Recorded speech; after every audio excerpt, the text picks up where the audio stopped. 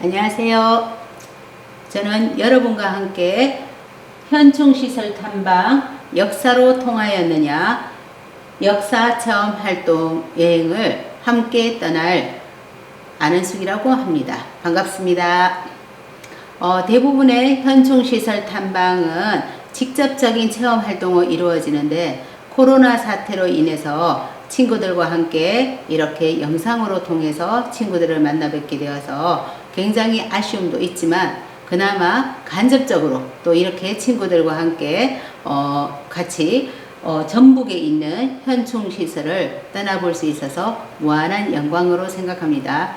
오늘 이 시간을 통해서 친구들이 전북에 있는 현충시설은 또 어떤 것들이 있고 그분들은 어떠한 활동들을 하셨는지 그분들이 우리나라를 위해서 희생했던 여러가지 마음들을 잊지 않았으면 좋겠습니다. 자, 이번에 저희들이 전북 현충시설의 탐방 활동의 주제는 나라사랑 이야기입니다. 나라사랑 이야기로 이제 시작을 할 텐데 먼저 여기에 신채원 님이 말씀하신 이야기가 있습니다. 역사를 잊은 민족에게 미래는 없다라고 말씀하셨습니다. 왜 역사를 잊은 민족에게 미래는 없다라고 말씀을 하셨을까요? 역사는 하루아침에 만들어지는 게 아니죠. 무수히 많은 날들의 반복이 과거 지나가면 과거가 되고 오늘이 되고 또 그 다가오지 않는 내일은 미래가 되는데 결국 모든 것들은 반복을 통해서 이루어지기 때문에 오늘 내가 열심히 잘 살았을 때 또 다가오는 미래를 새롭게 만들 수 있다는 뜻인 것 같습니다. 자, 한번 이제 이야기 속으로 들어가 볼까요? 자, 오늘의 수업의 차례는 5교시로 진행이 됩니다. 1교시는 현충시설을 탐방하면서 우리가 알아야 될, 꼭 짚고 넘어가야 될 개념에 대해서 알아보는 시간을 갖겠습니다. 두 번째, 2교시에는 우리의 역사 속에서 굉장히 중요했던 날들이 있습니다. 그 날들이 기록되어 있는 그날에는 어떠한 일이 있었는지를 알아보는 시간을 갖겠습니다. 그 다음 3교시에는 그 역사 속에서 어떤 중요한 역할을 했던, 우리나라가 식민지 시절에는 독립을 위해서 애썼던, 그 다음 우리나라가 6.25 전쟁을 겪었을 때는 그 전쟁에서 많은 희생을 겪었던 그분들에게 대해서 알아보는 시간을 갖겠습니다. 4교시는 우리 친구들의 또 언니 오빠일 수도 있고요. 그 다음에 또 친구일 수도 있습니다. 나라가 국난에 처했을 때, 아주 어려움에 처했을 때 나라를 지키기 위해서 독립운동이나 또 전쟁에 참여한 학생이나 청소년들의 이야기를 알아보는 시간을 갖겠습니다. 마지막 5교시에는 전북에 있는 5개 지역의 현충시설이 어떤 것이 있는지 알아보는 시간을 갖겠습니다. 자, 그러면 먼저 1교시 시작하겠습니다. 개념 알기. 현충시설을 탐방하기 전에 꼭 알아야 될 개념입니다. 자, 어떤 것들이 있을까요? 현충. 자, 지금 선생님이 계속 현충이라는 말을 했는데, 자, 여기 보면 한자에, 마음의 중심, 가운데 중이죠. 자, 한마음이라는 뜻입니다. 자, 나라에 충성한다 라는 말을 많이 쓰죠. 그래서 충렬을 높이 드러냄. 또는 그 충렬이 현충이라고 이제 사전에 나와 있습니다. 자, 그러면 현충일을 정해놨죠. 우리나라에서 나라를 위하여 싸우다 숨진 장병과 순국선열들의 충성을 기리기 위해서 정한 날입니다. 며칠 날인지 알고 있죠, 친구들? 모르는 친구들이 아마 없을 것 같아요. 혹시나 내가 생각이 안 나 하는 친구들은 빨리 이렇게 컨닝을 하세요. 여기 있습니다. 몇 월 며칠요? 맞아요. 6월 6일입니다. 6월 6일은 호국보훈의 달, 그렇게 해서 현충일이 있습니다. 그래서 국립묘지에 가서 참배도 하고요. 그 다음에 그때는 또 우리나라를 위해서 자기의 목숨을 기꺼이 희생한 분들을 위해서 묵념하는 시간도 이렇게 또 갖기도 하죠. 그 다음에 그분들이 또 이제 희생정신을 그리기 위해서 또 건축물이나 조형물이나 또 사적지 또는 국가유공자의 공헌이나 희생이 있었던 일정한 장소 등으로서 국민의 애국심을 고취하기에 상당히 가치가 있다고 인정되는 곳들을 우리는 현충시설로 지정을 해두었습니다. 우리나라의 현충시설은 지금 한 2,000군데 정도 이렇게 지정이 되어 있습니다. 그래서 두 가지 범위, 그거는 뒤에 가면 나올 텐데 그때 다시 이야기하도록 하겠습니다. 자, 조금 전에 제가 6월 달에 되면 호국보훈의 달 이렇게 이야기를 했는데요. 그러면 호국보훈이란 무슨 뜻일까? 이렇게 봤더니 여기에 나와 있습니다. 나라를 지키고 나라를 위하여 힘쓴 사람들의 공헌에 보답함 이렇게 되어 있죠. 자, 그러면 보훈을 또 한번 보니까 국가를 위해서 자신의 몸과 마음을 바친 분들의 숭고한 뜻을 기리고 그에 보답한다는 의미다 라고 나와 있습니다. 자, 고대에 그러면 이 보훈의 개념도 고대와 근대에 조금 달라졌는데요. 자, 고대에는 어떻게 했냐면 충성심을 유도하기 위해서, 어디에 유도하기 위해서? 국가나 통치자, 그럼 대부분 왕이었겠죠. 옛날에는 그 충성심을 유도하기 위해서 전쟁 시에 공을 세운 장수들을 위주로 포상을 해주었습니다. 그러다 보니 당연히 일반적인 이름 없이 쓰러져간 병사들에 대한 포상은 제대로 이루어지지 않았겠죠. 자, 그런데 근대에 들어와서 민주주의 이념이 확산이 되고 인간에 대한 존엄의 가치가 높아지고요. 또 사람들의 의식이나 문화 수준이 선진화됨에 따라서 이제는 보훈이라는 것은 나라가 반드시 수행해야 될 의무라는 것을 인식을 갖고 체계적인 제도를 구축하기 시작했습니다. 그러면서 보훈의 대상도 점차 확대되어서 독립유공자, 또 전쟁에 참전했던 용사뿐만 아니라 대한민국의 자유민주주의를 위해서 애썼던 분들, 또 공무를 수행하기 위해서 국민의 생명이나 또 재산의 보호 등을 위해서 희생하기나 공헌한 분들까지 이제 범위가 확대되고 있습니다. 보훈제도도 점점 발전을 했습니다. 우리나라의 보훈제도의 처음 시작은 1950년입니다. 1950년에 북한에서 공비토벌의 희생자를 위해서 북한에서 내려왔던 그분들을 위해서 마련한 군사원호법이 이제 처음 제정되면서 시작을 했는데요. 61년에는 군사원호청을 설치했습니다. 62년에 원호처로 성격이 됐는데요.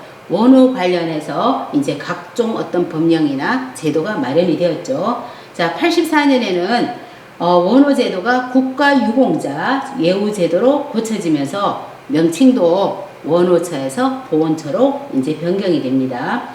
그러면서 정책도 기존에는 물질적인 보상에서 이제 그쳤던 것들이 한 발 나아가서 그분들의 고귀한 희생정신을 국가 발전의 정신적인 에너지로 결집시키는 등의 선진국형의 보훈제도로 발전하고 있습니다. 자, 보훈 기념 행사도 이제 이렇게 다양하게 열리고 있습니다.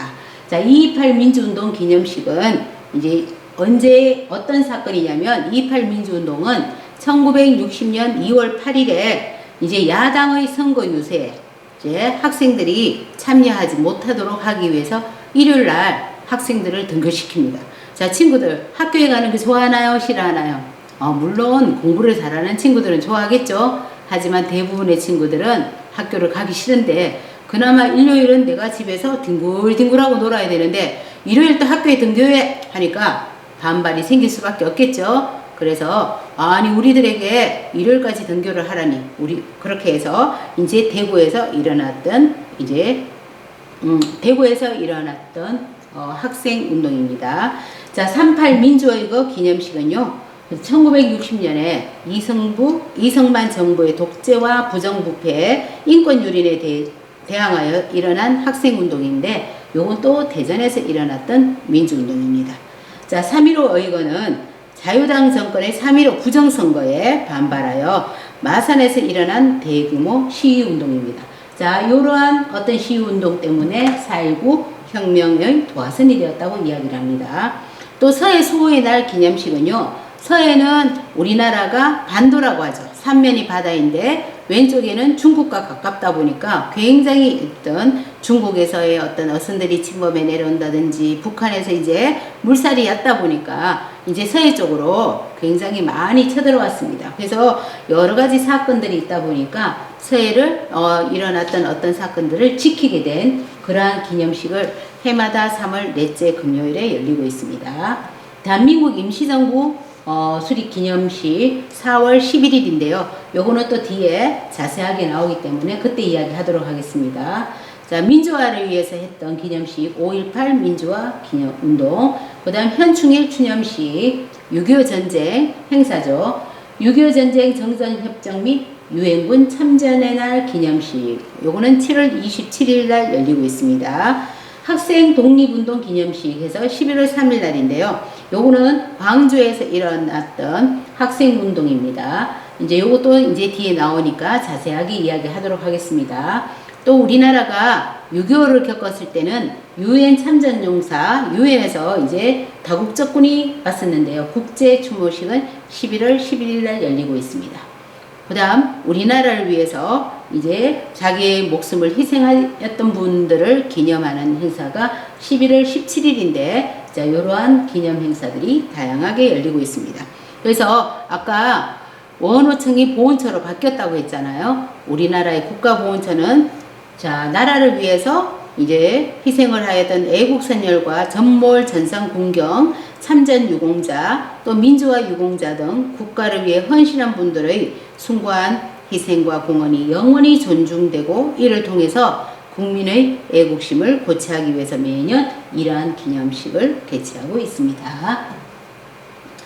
자, 유엔군 사령부라는 말이 이제 한 번씩 나옵니다. 유엔군 사령부는요, 한국 전쟁을 계기로 설립된 미국 주도의 다국적군 사령부입니다. 국제연합군 사령부죠.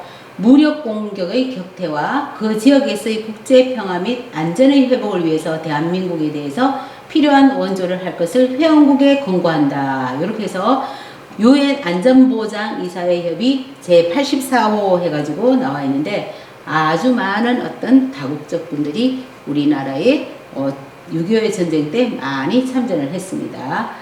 자, 이번에 이제 이렇게 해서 1교시 현충시설과 관련된 여러 단어와 의미에 대해서 개념에 대해서 알아보았습니다. 자, 모든 활동이 끝나고 난 다음에 이제 활동지가 나갈 건데요. 그걸 이제 작성해서 보내주시면 이제 선생님이 피드백도 해드리고 또 창의적 체험활동에 동아리 활동에 인정시간도 부여해 드리겠습니다. 자, 2교시를 시작하겠습니다. 역사 속 그날 이렇게 되어 있습니다.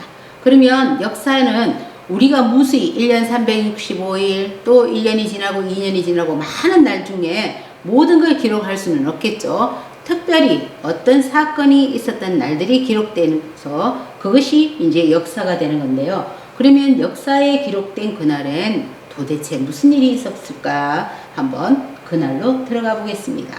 자, 3.1운동입니다. 3.1운동은 언제 일어났죠? 3.1절. 그죠? 1919년 3월 1일입니다.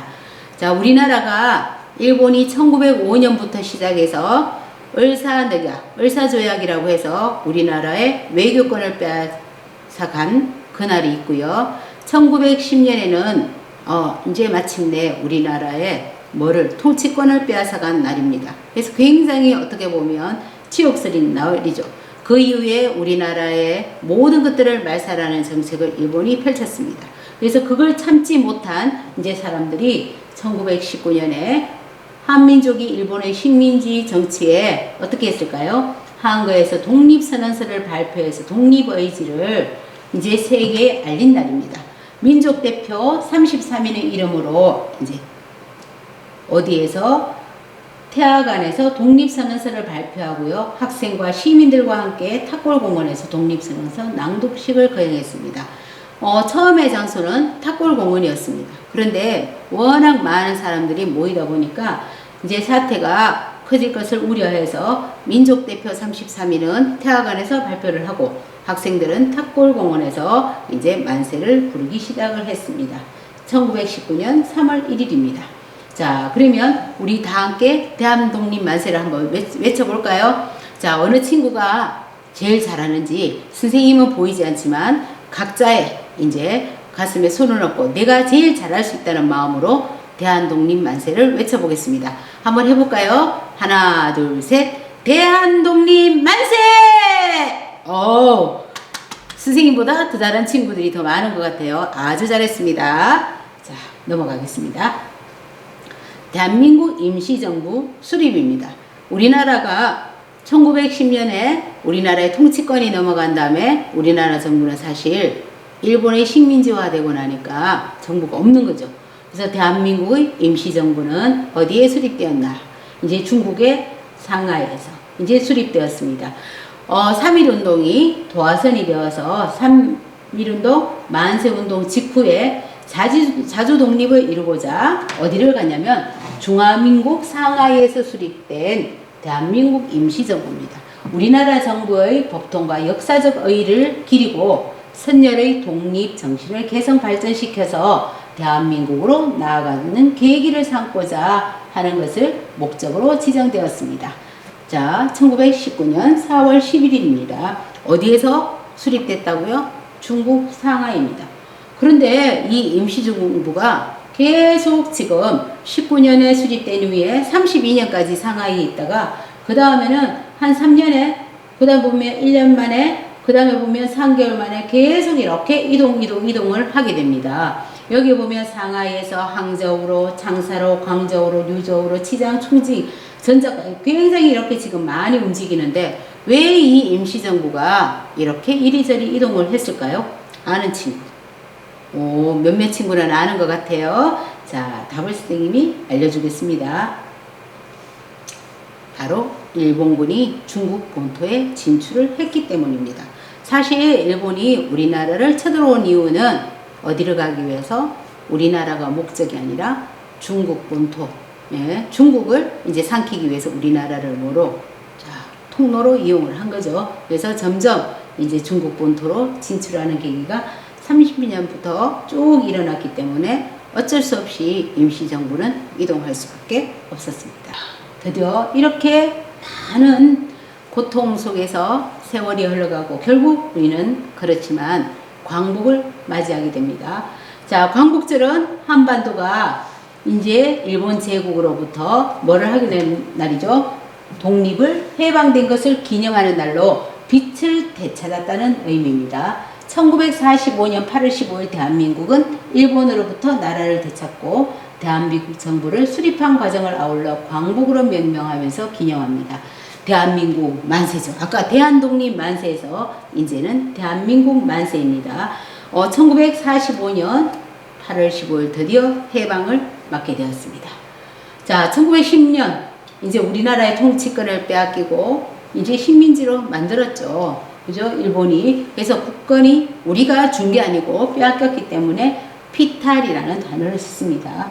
1919년 3월에는 만세운동으로 독립의지를 확인을 했고요. 자, 이게 도화선이 되어서 4월에는 임시정부가 수립되었고요. 32년에 윤봉길, 이봉창의 의거가 일어납니다. 그 다음 40년에 9월에는 한국 광복군이 창설이 되고요. 41년에는 연합군 일원으로 일본에 선전포고를 합니다. 그래서 45년에 드디어 해방, 광복을 맞게 됩니다. 자, 이렇게 오랜 시간 동안, 그죠? 굉장히 힘들었지만 광복을 맞이하기까지는 그 국내에서, 우리나라에서 아니면 중국에서 독립을 위해서 끊임없이 싸운 독립투사들의 노력이 있었기 때문에 우리나라는 광복을 맞이할 수가 있었습니다. 자, 아까 선생님이 잠깐 이야기했던 11월 3일, 자, 학생 독립운동 기념일입니다. 광주 지역에서 일어났던 독립기념일입니다. 이 광주 지역에서 일어났던 독립기념일은 학생이 주도가 되어서 일으킨 자, 학생 독립운동 기념일입니다. 1929년 11월 3일 광주 지역의 학생이 주동이 되어서 일으킨 항일 독립만세운동의 정신을 기념하기 위해서 제정된 날입니다. 아주 혹독한 일제 식민지 시기에 모두가 억압받는 상황 속에서 힘들게 저항의 목소리를 낸 학생들입니다.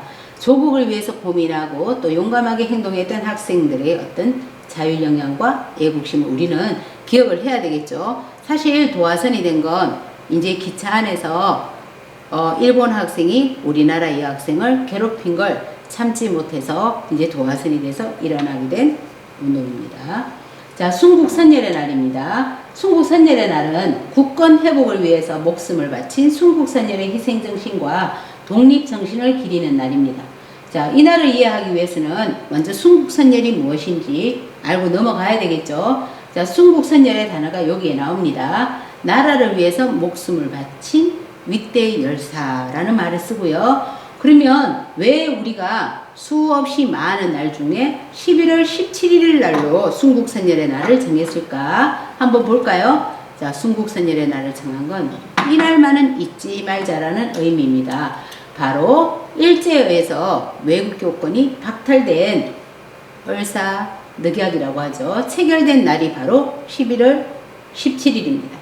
나라를 잃은 치욕을 잊지 않겠다는 의미가 담겨 있고요. 자, 일제에 침략당한 국권을 회복하기 위해서 자, 일신의 안위를 돌보지 않고 목숨을 바쳐서 헌신하신 순국선열의 독립정신과 희생정신을 후세의 길이 전하고 선열의 위인을 기리는 날입니다.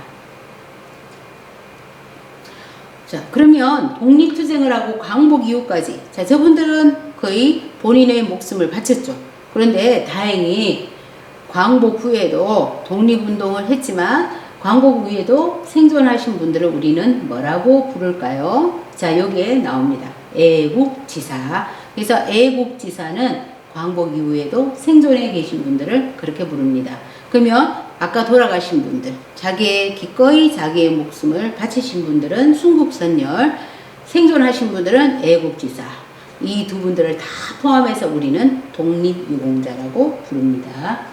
자, 그 다음에 광복의 기쁨도 잠시 45년에 이제 광복이 되고 나니까 이제 여기에 한 5년밖에 안 됐죠. 50년 6월 25일에 새벽에 북한군이 남북 경계선이던 북위 38도 전역에서 탱크를 이끌고 이제 기습으로 남침을 해오면서 일어났습니다.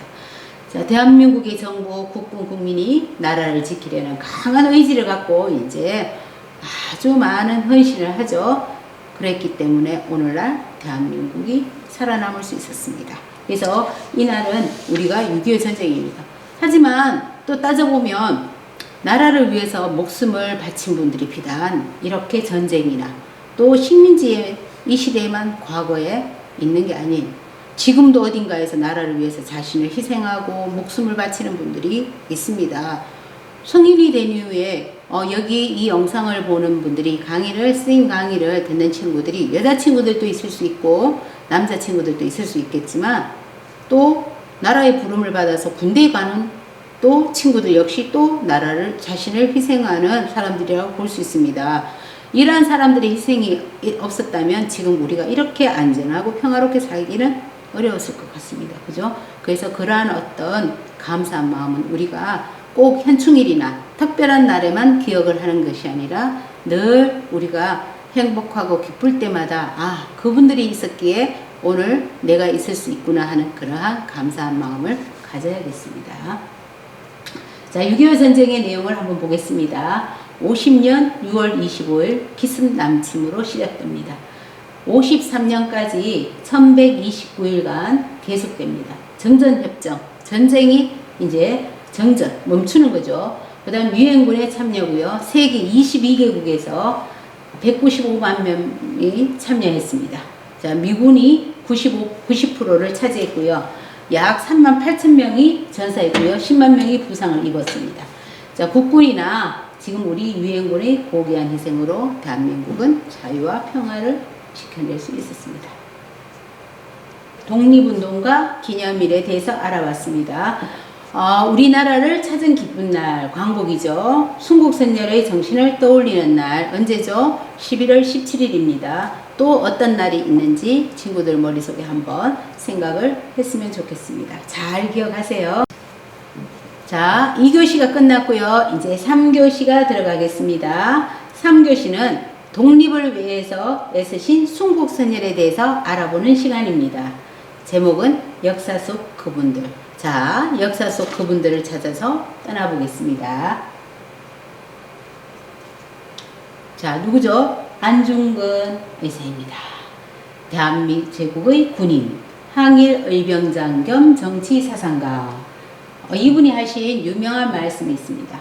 하루라도 책을 읽지 않으면 입안에 가시가 돋는다. 요즘 말로 하면 독서왕이었죠. 굉장히 책을 많이 읽었습니다.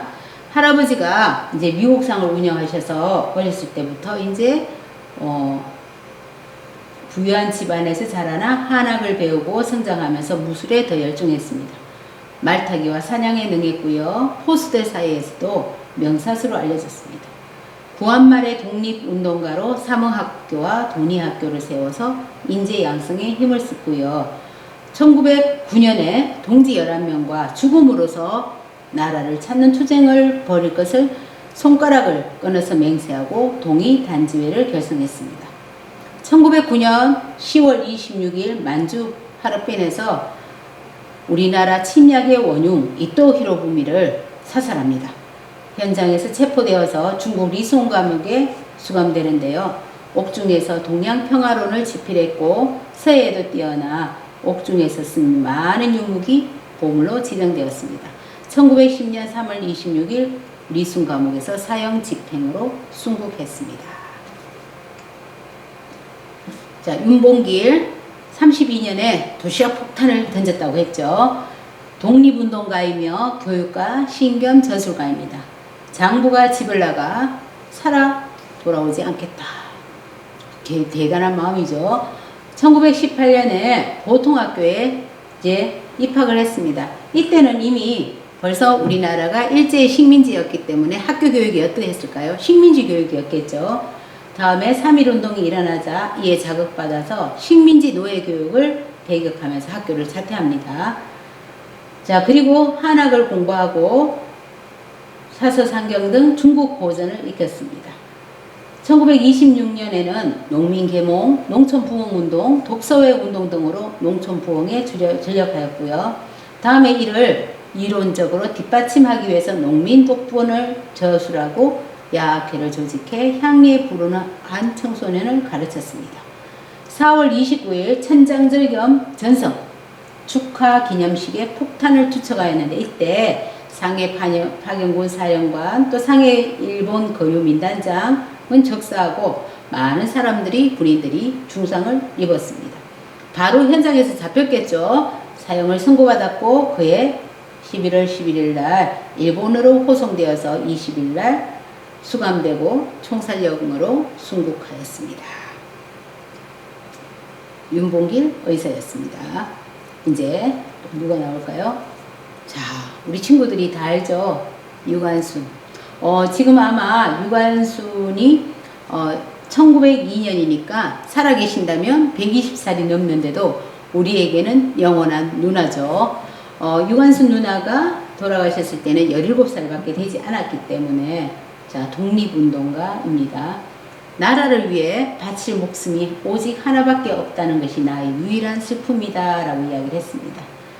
아버지부터 사회개혁이나 부녀자 계몽이나 교육사업을 통해서 자주 독립의 길을 찾고자 홍어학교 운영에 가담하여서 인재 배출에 노력한 것으로 보이고 자녀 교육에도 적극적이었기 때문에 자, 유관순은 서울 이화학당에서 공부할 수 있었습니다.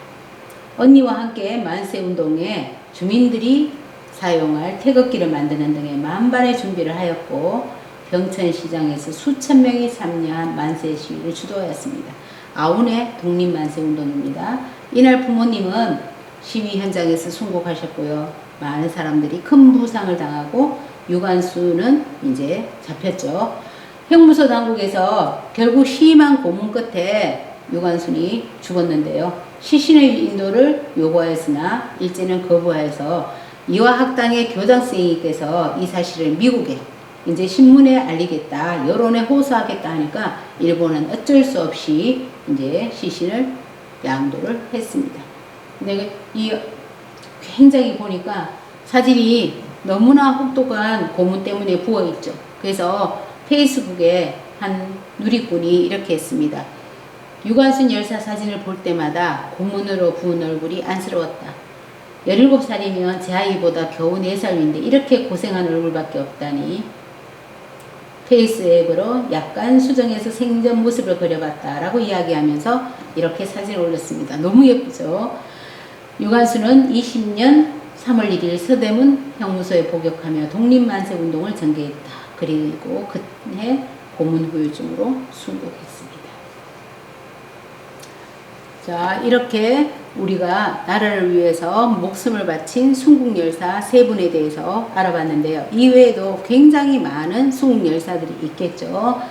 자, 그러한 독립을 위해서 애를 쓰던 독립운동가들이 남긴 어록입니다. 한번 볼까요? 안중근이 옥중에서 쓴 회호입니다.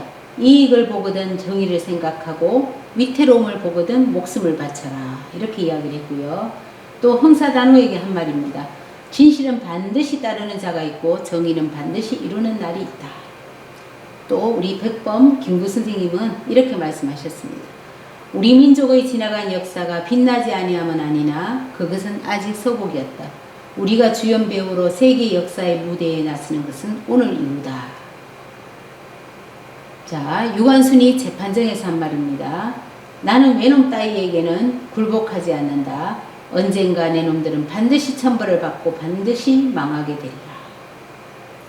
자, 윤봉길이 동포에게 보내는 글 중에서 죽음을 택해야 할 오직 한 번의 가장 좋은 기회를 포착했습니다.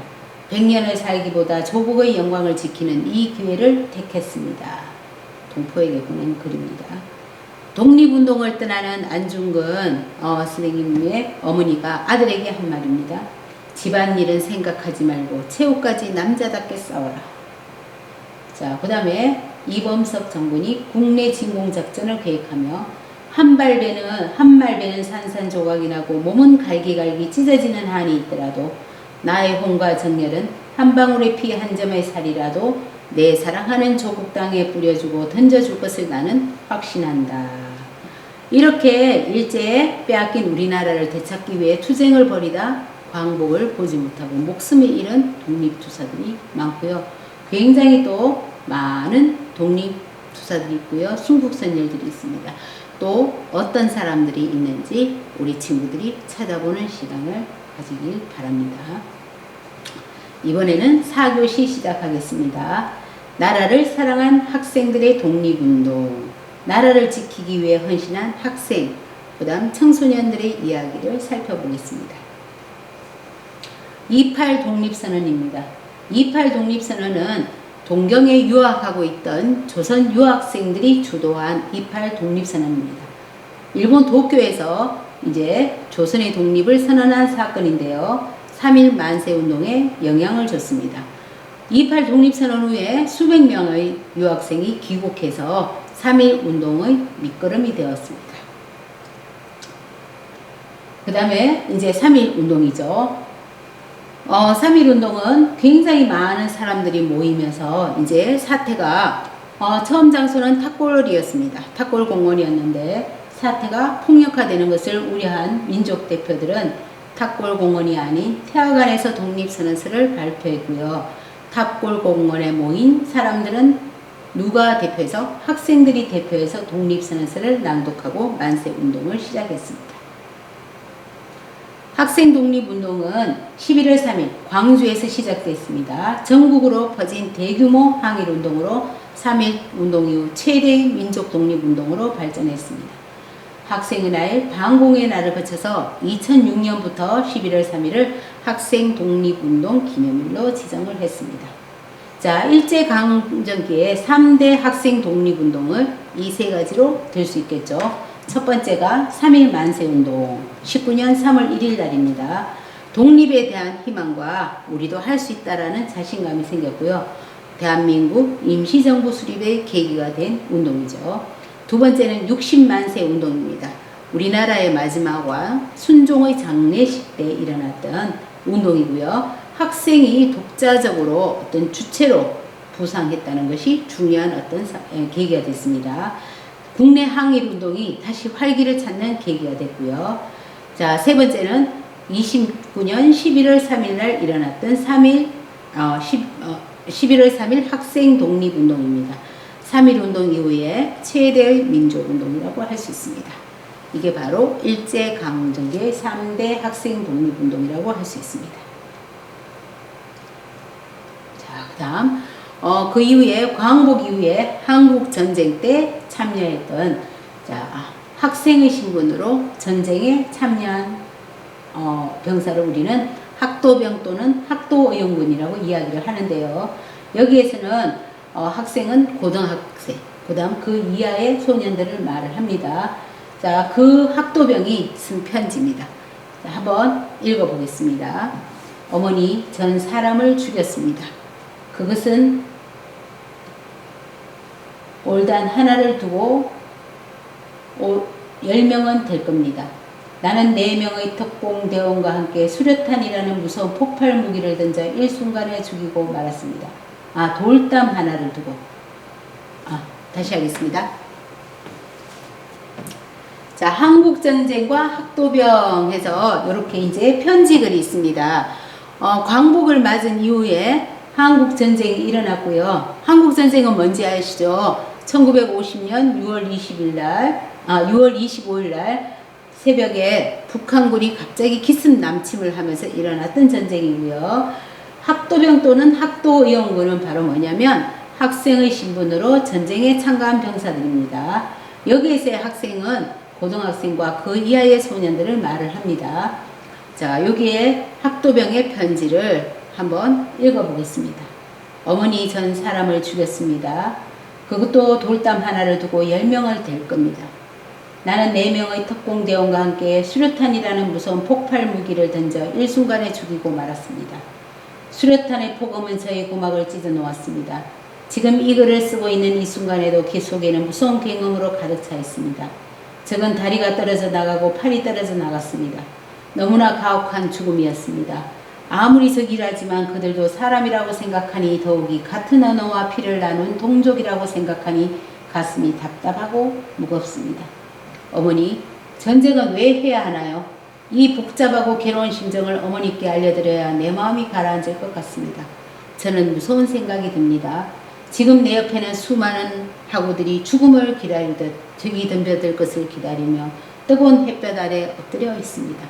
적은 침묵을 지키고 있습니다. 언제 다시 덤벼들지 모릅니다.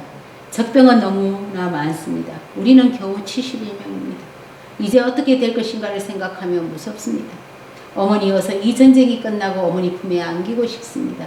어제 저는 내복을 손수 빨아 입었습니다. 물론 나는 청결한 내복을 입으면서 저는 두 가지를 생각했습니다. 어머님이 빨아주시던 배곡 같은 내복과 내가 빨아 입은 내복을 말입니다. 그런데 저는 청결한 내복을 갈아입으며 왜 수의를 생각했는지 모릅니다. 죽은 자에게 갈아입히는 수의 말입니다. 어머니, 제가 어쩌면 오늘 죽을지도 모릅니다. 저 많은 적들이 그냥 물러갈 것 같지 않으니 말입니다. 어머니, 죽음이 무서운 게 아니라 어머니도 형제들을 못 만난다고 생각하니 무서워지는 것입니다. 하지만 저는 살아가겠습니다. 꼭 살아서 가겠습니다. 어머니, 전 꼭 살아서 어머니 곁으로 가겠습니다. 상추삼이 먹고 싶습니다.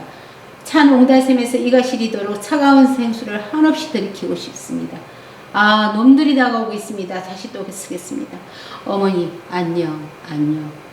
불사, 안녕은 아닙니다. 다시 쓸 테니까요. 1950년 8월 11일 포항여중 전투 당시 전사한 학도병 이우건의 수첩에서, 결국 이 학생의 수첩에서 발견한 편지입니다. 이 학생은 어머니 돌아가겠습니다. 꼭 살아서 가겠습니다. 했지만 어머니 품속으로 돌아오지 못했습니다. 어찌 보면 친구들은 참 행복합니다. 그죠? 엄마와 함께 날마다 엄마를 보면서 오히려 엄마가 어디 좀 안 가시나? 좀 며칠 어디 여행을 안 가시나 생각할 정도로 하는데, 이 친구는 그렇게 보고 싶은 어머니를 보지 못하고 전쟁에서 꽃 같은 나이에 목숨을 잃었습니다. 어떻게 보면 이러한 학도병, 우리 친구들의 고등학교, 또 친구들에게는 친구가 되죠. 아니면 또 더 어린 친구들에게 이러한 오빠, 이러한 형의 희생이 있었기 때문에 우리는 오늘 아주 평화롭게 행복을 누리면서 살고 있는지도 모릅니다. 참 엄마와 함께 살아간다는 걸 또 한번 감사히 여겨야겠습니다. 지금까지 나라를 위해서 용감히 앞장섰던 학생들에 대해서 알아보았습니다. 자, 이 친구들은 직접 어떤 독립운동을 하거나 만세운동을 참여하거나 전쟁에 나가거나 굉장한 어떤 적극적인 활동을 했는데 반드시 또 저렇게 한다고만 해서 나라를 사랑하는 마음만 있는 게 아니겠죠. 자, 우리가 우리의 어떤 상황에서 나라를 사랑하는 마음을 담아서 할 수 있는 일은 뭔지 한번 고민하는 시간이 됐으면 좋겠습니다. 4교시 마치겠습니다. 자, 이번에는 5교시입니다. 이번 시간에는 정읍의 현충시설을 찾아서 이제 가보는 시간을 가질 텐데요. 독립유공자 또 국가유공자의 고귀한 희생정신이 담긴 탑이나 비석이나 생가 전시관들을 둘러보겠습니다. 아까 현충시설에 대해서 이야기를 했었는데요. 자, 현충시설의 범위는 이렇게 크게 두 가지로 나눌 수 있습니다. 독립운동에 관련된 시설입니다. 독립운동에 관한 사실 또는 독립유공자의 공헌을 기리기 위하여 설치하는 기념비, 추모비, 어록비, 그 밖의 비석 및 탑입니다. 독립유공자의 공헌을 기리기 위한 조형물, 상징물입니다. 독립운동을 기리기 위한 조형물, 상징물이고요. 독립운동을 한 장소입니다. 독립운동과 직접 관련된 기념관, 전시관, 독립유공자의 사당, 생가, 그리고 부속 건물입니다. 국가수호 관련 시설은요, 국가수호 활동에 관한 사실 또는 참전한 국가유공자의 공헌을 기리기 위하여 설치하는 기념비, 전공비, 추모비, 현충탑, 위령탑, 그 밖의 비석탑입니다. 참전한 국가유공자의 공헌을 기리기 위해서 조형물, 상징물을 있습니다. 또 국가유공자의 국가수호 활동에 관한 조형물, 상징물도 있고요. 국가수호 활동을 한 장소, 국가수호 활동과 직접 관련된 기념관, 전시관입니다. 자, 우리가 오늘 둘러볼 정읍은 총 독립운동 관련 시설은 14개고요. 국가수호 관련 시설은 7개입니다. 그러면 그 7개 중에서 어떤 것들이 있는지 한번 살펴보겠습니다. 자, 우리나라의 현충시설 현황은 2202개소입니다. 독립운동시설이 950개고요. 국가수호시설이 1252개입니다. 자, 탑이나 가장 많은 건 탑이나 비석이 가장 많이 있습니다. 1627개가 가장 많고요. 그 다음에 공원이나 장소가 170개, 그 다음에 동상이 165개, 기념관이 89개, 그 다음에 사당은 54개, 조형물은 51개, 생가는 46군데가 있습니다.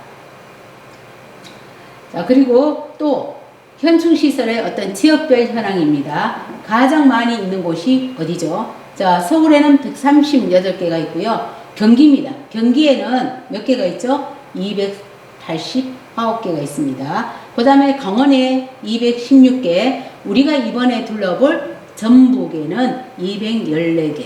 그래서 거의 여기도 많고요. 전남에는 233개 있습니다. 그래서 전북도 다른 지역에 비해서 굉장히 현충시설이 많은 편에 속합니다. 그 다음 저기 보니까 또 경북은 297개네요. 그죠? 여기에도 많이 있습니다. 자, 그러면 독립운동 현충시설 14개 중에 그 첫 번째는 3.1운동 기념탑입니다. 이 기념탑은 태인 3.1운동 독립운동에서 희생된 애국지사 25명의 영영을 추모하고 그 숭고한 정신을 기리기 위해서 이제 건립되었습니다. 구파 백정기 의사의 순국 기념비, 요거는 백정기 의사에 대한 부분들은 우리 잠시 후에 또 영상으로 만나볼 거기 때문에 그냥 넘어가겠습니다. 그 다음에 동의 기념비 해서 의병을 을사늑약으로 국권이 상실되자 의병을 일으킨 최익현이나 임병찬, 박세구의 3인을 기리기 위한 기념비가 있고요. 무성서원이죠. 고려시대 최치원을 지향하기 위해서 태산사라는 이름이 들었었는데 그게 나중에는 사당이 병합되면서 무성서원으로 사익되었습니다. 이제 여기가 유명한 이유는 구한말 최익현에 의해서 병호창의의 사적지로 됩니다. 자, 무성서원에 대해서도 이제 우리가 영상으로 만나볼 겁니다. 자, 백정기 의사 기념관, 여기도 영상으로 만나볼 거고요. 백정기 의사 고택지도 있습니다. 병호 창의 기념비 이제 영상으로 만나볼 거고요. 애국지사 김양수 선생님 추모비가 있습니다. 그 다음에 또 어떤 게 있냐면 애국지사 박준성 기념관, 임병찬 선생 창의 기념표석이 있습니다. 그 다음에 또 어떤 현충시설은 태인의병 주둔지 해서 태인향교가 있고요. 필량사가 있습니다. 그 다음 한국유림 독립운동 파리장서비가 있고요. 항일 애국지사 진치만 공적비가 있습니다. 다음 충원비, 그 다음 6.25 전쟁으로 이제 나라를 위해서 순국한 군인, 경찰 여러 사람들을 위해서 만들어진 충원비, 충원탑, 그 다음에 향토 자유수호 기념비, 그 다음 칠보 충원탑, 그 다음 호국영웅, 차이력 경무관 흉상 등 해서 이렇게 전북 정읍에는 총 현충시설 14개, 그 다음에 국가수호 현충시설은 7개 해서 총 21개 현충시설이 있습니다. 자, 그러면 정읍지역의 현충시설에 대해서 알아보았는데요. 가보지 않은 현충시설은 또 어디가 있는지 또 한번 살펴보면 좋겠고요. 또 영상으로 이 속에 있는 현충시설에 대해서 영상으로 만나보는 시간을 가질 겁니다. 여러분 긴 시간 동안 강의 듣느라 수고 많으셨습니다. 수고하셨습니다.